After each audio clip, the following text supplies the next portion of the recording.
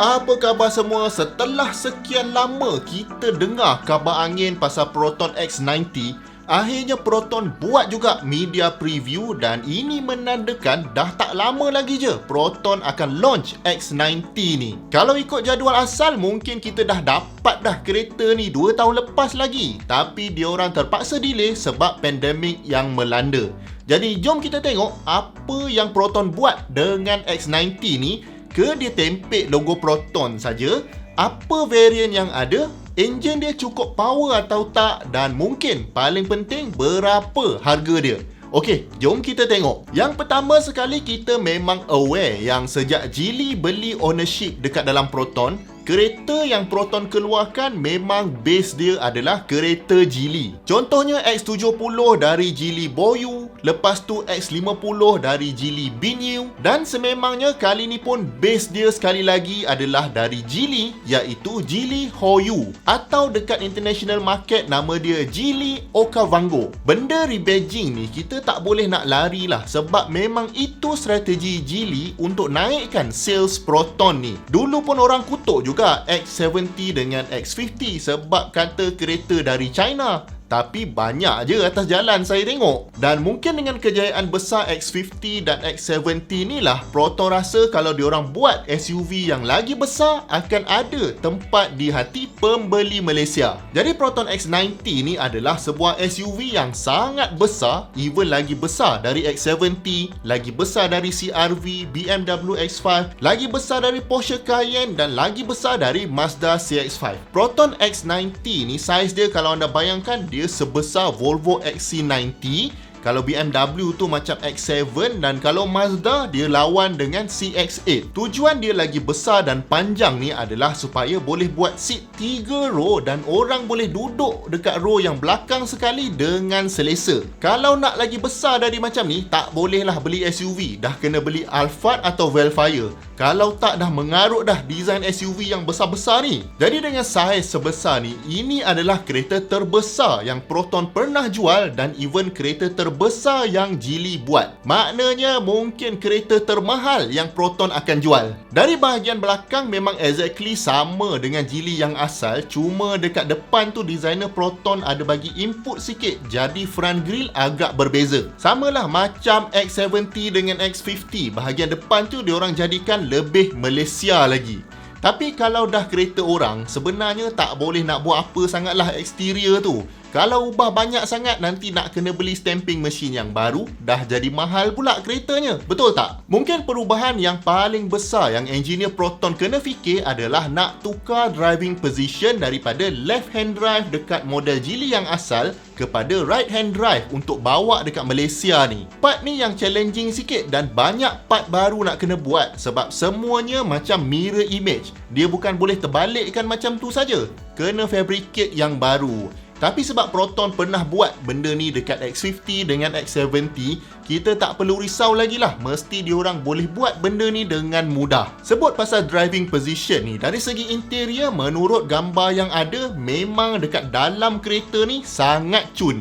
Memang nampak kereta ni adalah satu kelas lagi atas dari X70 dan X50. Jadi kalau anda baru beli X70 ni, cubalah untuk tak tengok kereta ni, takut nanti geram. Sekali lagi, selain dari tukar steering dari kiri ke kanan, design language interior kereta ni memang sama je dengan Geely Hoyu. At least kalau setakat tengok gambar, memang tak boleh nak bezakan. Kalau dah tengok depan-depan nanti, baru boleh sentuh semua, baru boleh tahu best ke tidak. Dia punya meter cluster tu pula untuk X90 ni memang fully digital dan skrin dia tu nampak besar lah. Memang tak kedekut. Cuma satu je komplain dari media adalah infotainment dia tak ada Android Auto dengan Apple CarPlay. Part ni pelik sikit, katanya manufacturer tak nak spend masa coding dia punya OS untuk masukkan Android Auto dengan Apple CarPlay ni. Kalau tak, kereta kena delay. So memang tak ada terus. Tapi kalau korang nak hack, masukkan yang beli dekat Shopee tu boleh je. Cuma tak tahulah void warranty atau tidak. Dan kalau kata anda tak pakai langsung Android Auto dengan Apple CarPlay ni, benda ni memang tak menjadi masalah. Dari segi variant, semua sekali ada 4 variant, iaitu Standard, Executive, Premium dengan Flagship. Yang Flagship tu kira full spec lah.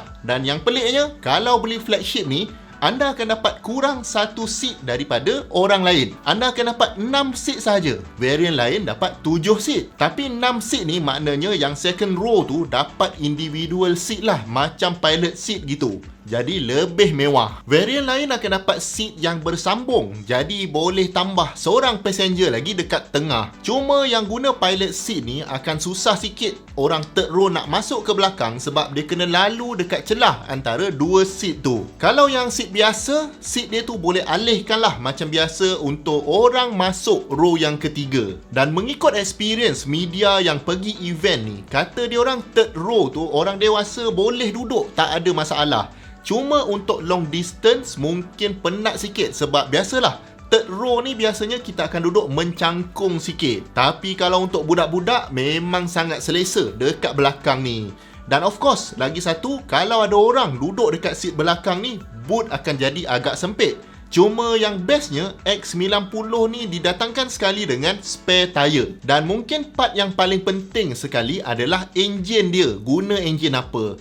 Proton X90 ni macam saya cakap tadi, kereta yang terbesar dalam line up Proton. Jadi adakah enjin dia pun enjin terbesar yang Proton pernah buat? Jawapannya tidak. Enjin dia adalah enjin yang sama kita dapat dalam Proton X50 dan X70, iaitu 1.5 liter TGDI. Cumanya sebab kereta ni gergasi, dia orang tambahkan dengan sistem mild hybrid 48 volt. Jadi total power output lebih kurang 190 PS dan torque adalah 300 Nm.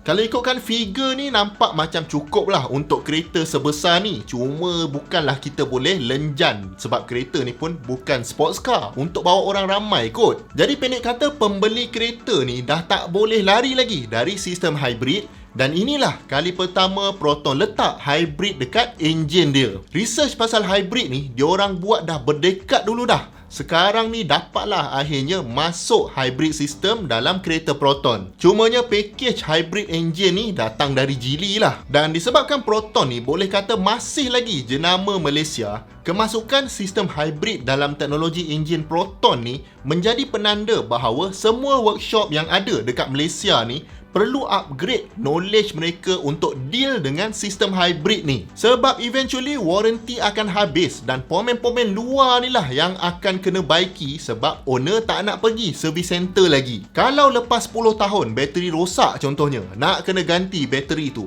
workshop dekat negara kita ni ada kepakaran tak untuk buat kerja-kerja ni?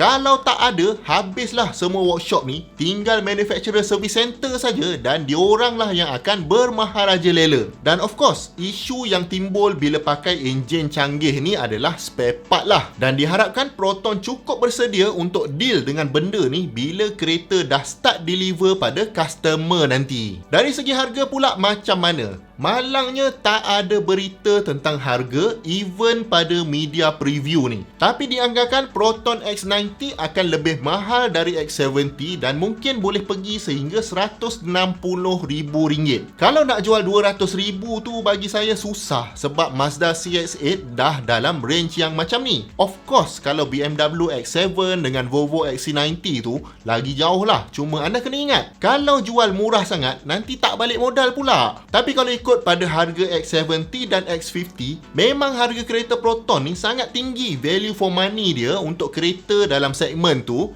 dan dijangka benda yang sama akan berlaku untuk X90 ni. Sama-sama kita tunggu sebab proper launching memang dah tak lama dah ni. Jadi dengan maklumat yang dah ada ni, anda rasa-rasalah kan berminat tak nak beli Proton X90 ni?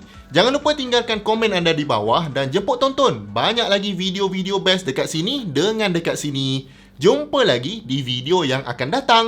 Assalamualaikum.